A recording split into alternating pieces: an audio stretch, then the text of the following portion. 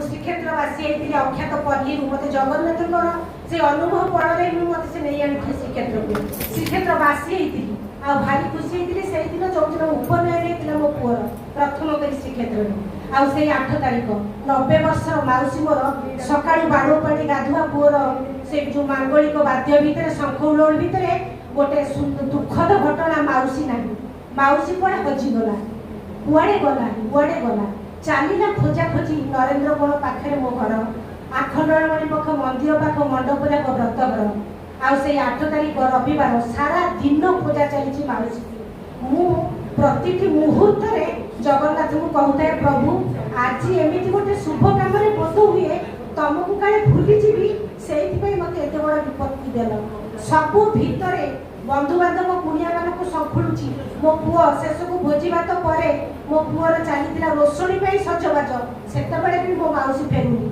मोर मौसी पुओ 3 जन मो भाई मो बड़ भाई को छाड़ी समस्ते खोजबार व्यस्त तू व्यस्त होना मौसी तो आम निश्चय नहीं आ भावु थाए तो आसलानी एप्रिल 8 से संध्या बेलू ठंडा ठंडा पवन मु भावु थाए निश्चित रूप मौसी कौटी मुंड बुले से पड़ी जा बोध हुए से ठंडा पवन से उठी पड़ आर स्मरण आसीज से निश्चय मो पाखे आसी पहुँचीज मु जगन्नाथ पाखे प्रभु सत्य कौन मोर शेष पर्यंत मोर प्रतीक्षार मानते अंत घटुनी मोर मानते हृदय प्रतीक्षा अंतुनी मोर समय सत्य कौन मौसी फेरबनी मोर ब्रह्मचारी बेस मो पुओ को फेरी देखिपर ठीक सेमती एक मुहूर्त सेमती आसला समो 2 भाईना जाक मंडप बाहर बंधुओ कर मो मौसी की 90 वर्ष टेकी टेकी आणुचंती ता मुंडे पानी जड़ाई मुंडे टिकी सब चुट्टी सब ओदा देह सारा मुह सारा कौन है मु किछि कहि पाउनी कांदिकी कुंडे धरची कौन घटना मौसी की खाया पीया को साष्टांग कर सारा पर मौसी मत धरला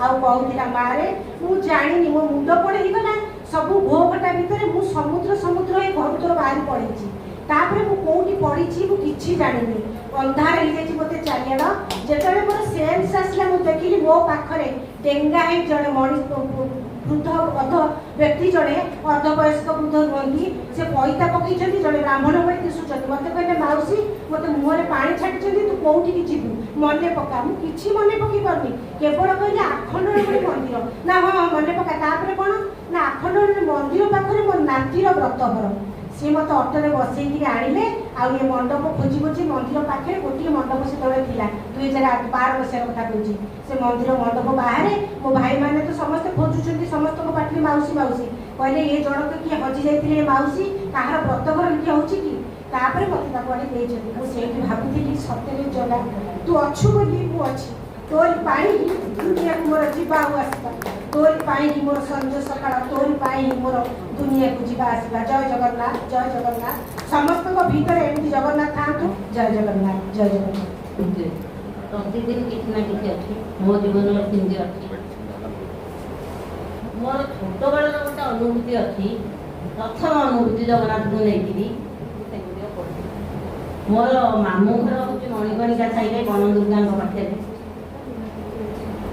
घरे गोटे फंक्शन होता बहुत सागे मुझे छोट थी 5-6 वर्षर से दिन अक्षय तृतीया मामू को सड़ा कहला रजा घरे अक्षय तृतीया पूजा होले भोगे मिल रजार कुले भोगे सब बसताए से गोटे सुकी भी दिखती से मत डाकिकी नहीं गला आम रजार पशिगलु जो स्थान भोग हुए से पूरी पिला सब जानी मसल पिला कि जानी पूरी विषय तापर गोटे से भोगेटे मत देले ताधे कौन फल मूल कौन सब थिला नाली भोगेटे मुझे पाई भारी खुशी गली ताधे गोटे सुमुकी थिला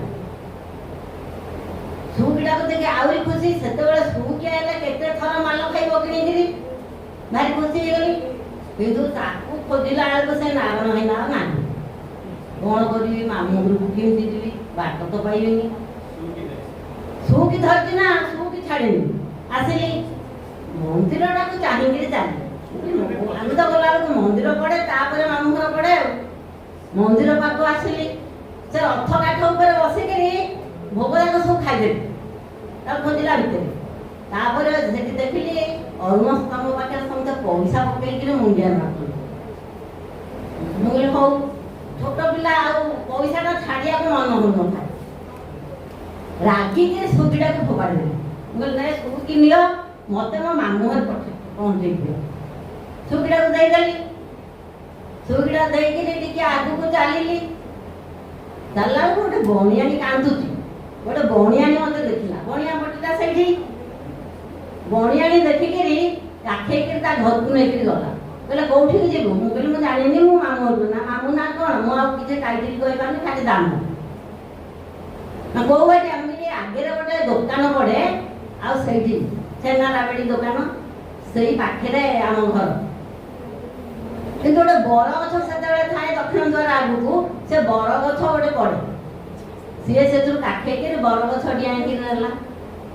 ବର ଗଛ ଡିଆଁକିରି ନେଇକିରି ଯାଇଛି। ବାଟରେ ଗୋଟେ ଆଠେଣୀ ପଡୁଛି। ଆଠେଣୀ ଟିକେ ଗୋଟେଇକି ଧଇଲି।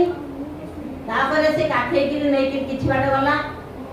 ସେ ଛେନା ରାବେଡ଼ି ଦୋକାନ ପଡ଼ିଲା। ମୁଁ କହିଲି ମୋ ଆଈ ତ ଏଇଠି ଆସି କିଣେ ଆଉ। ସିଏ ସେଥିରୁ ଯେମିତି ଦେଖିଦେଲା ଦୋକାନୀ, ସିଏ ସେଥିରୁ କହିଲା ଏ ପରା ଚନ୍ଦନ ନାତୁଣୀ, ଚନ୍ଦନ ନାନୀ ନାତୁଣୀ, ନାତୁଣୀ ଆଙ୍କ ଘରେ ଛାଡ଼ିବେ। ସିଏ ସେ ଠିକଣା ପାଇଗଲା, ମତେ ନେଇ ଛାଡ଼ିଦେଲା। ଏଇଟା ହେଉଛି ମୋର ଜଗନ୍ନାଥଙ୍କ ବିଷୟରେ ପ୍ରଥମ ଅନୁଭୂତି, ଯୋଉଟାକୁ ମୁଁ ମନେ ରଖିଛି ଆଜି ପର୍ଯ୍ୟନ୍ତ। ତାପରେ ଏମିତି ଶହ ଶହ ଅନୁଭୂତି ଅଛି। ଆଉ ସେ କେମିତି କୋଉ ରୂପରେ ଯାଇ ସାହାଯ୍ୟ କରନ୍ତି, ସମସ୍ତେ ବି ଏଇଟା ଅନୁଭବ କରିଥିବେ, ମୁଁ ବି ଅନୁଭବ କରିଛି। ଏଇ ନିକଟରେ ଆମେ ପୁରୀରେ ହଜିଗଲୁ ପ୍ରବାସୀଙ୍କର ମୋ। ଏଇ ଜାନୁଆରୀ ମାସରେ, ଡିସେମ୍ବର ମାସରେ ମୋ ପୁଅ ଦେହ ବହୁତ ଖରାପ। ମୁଁ ତାକୁ କହିଲି ପ୍ରବାସିନୀ ଆଉ ଟିକେ ଯାଆନ୍ତେନି ଜଗନ୍ନାଥଙ୍କ ପାଖରେ ଦୀପ ବସେଇବାକୁ, ନା ସନ୍ଧ୍ୟା ବେଳକୁ ଯିବା। ଆସିଲୁ ବସରେ, ସେଠୁ ଆମ ବସରେ ଆସିଲୁ। ତାପରେ ସରକାରୀ ଗାଡ଼ି ଯୋଉ ଜଗନ୍ନାଥ ବଲ୍ଲଭରେ ପଡ଼ୁଛି ସେଠୁ ଗଲୁ, ଓହ୍ଲେଇଲୁ। ଆମେ ମିନତି ମିଶ୍ରକୁ ଫୋନ କରି ସେ କହିଥାନ୍ତି ଯେ କହିବ ଟିକେ କାହାକୁ ଆମକୁ ଟିକେ ମନ୍ଦିରରେ ଦିଅ ଦେଖେଇଦେଲେ ଆମେ ଦୀପଟେ ବସେଇକିରି ଆସିବୁ। ଆମେ ଆଉ ଦୋଳ ମଣ୍ଡପ ସାହି ଜାଣିପାରିଲୁ। ଆମେ ଯାଇ ଦୋଳବେଦୀ ପାଖରେ ପାଇଲୁ ବୀରନାରାୟଣ। କ'ଣ ଦୋଳବେଦୀ ପାଖକୁ ଆସିଲେଣି କ'ଣ କଥା? ତାପରେ ସେଠି ଏମିତି ହେଇଛି ସିଏ ବି ଜାଣିନୁ। ଜୋତା ଷ୍ଟାଣ୍ଡରେ ଲାଇନ ଲାଗିଛି, ଆମେ ଦି ଜଣ ସଭା ଆଗରେ ଯାଇ ପହଞ୍ଚିବୁ। ସେ ପଛ ଯିଏ ଆଗରେ ଅଛି ସବୁ ଯେ ଏଇଠି ବାଟଣ ତମେ ଯାଅ ପଛକୁ ଯାଅ। ସିଏ ଗୋଟେ ବ୍ୟାଗ ଧରି ସାରିଲାଣି ସେତେବେଳେ, ଜୋତା ଭର୍ତ୍ତି କରିବ ବୋଲି। ମାନେ କେମିତି ଘଟଣା ସବୁ ଘଟିଗଲା। ତାପରେ ସେଠୁ ବ୍ୟାଗଟେ ଧରିବୁ, ସେତେବେଳେ ସେ ଆସି ସାରିଲେଣି। ଆଉ ଦିଅ ଛାଡ଼, ଫୋନ ଜୋତା ରଖିଦେଇକି ଟିକେ ଆଗକୁ ହଉ କେମିତି ଛାଡ଼ିବେ କି ନାହିଁ ଯିବା।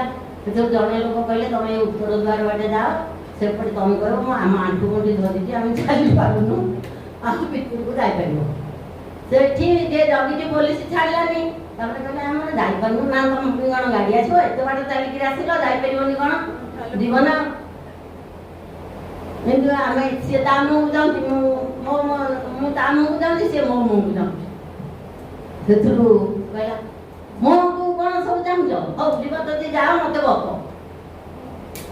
ଛାଡ଼ିଦେଲା। ଆମେ ଗଲୁ ଯେ ଆଉ ଲାଇନରେ ବି ଗଲୁନି। ଭଗବାନ ମାନେ ଜଗନ୍ନାଥ କେମିତି ସୁବିଧା କରିଛନ୍ତି ଆମେ ଯିବୁ ବୋଲି। ତାପରେ ସେଠି ରାମ ଯୋଉ ଅଛି ତା ପାଖରେ ଛୋଟ ଛୋଟ ପାହାଚ।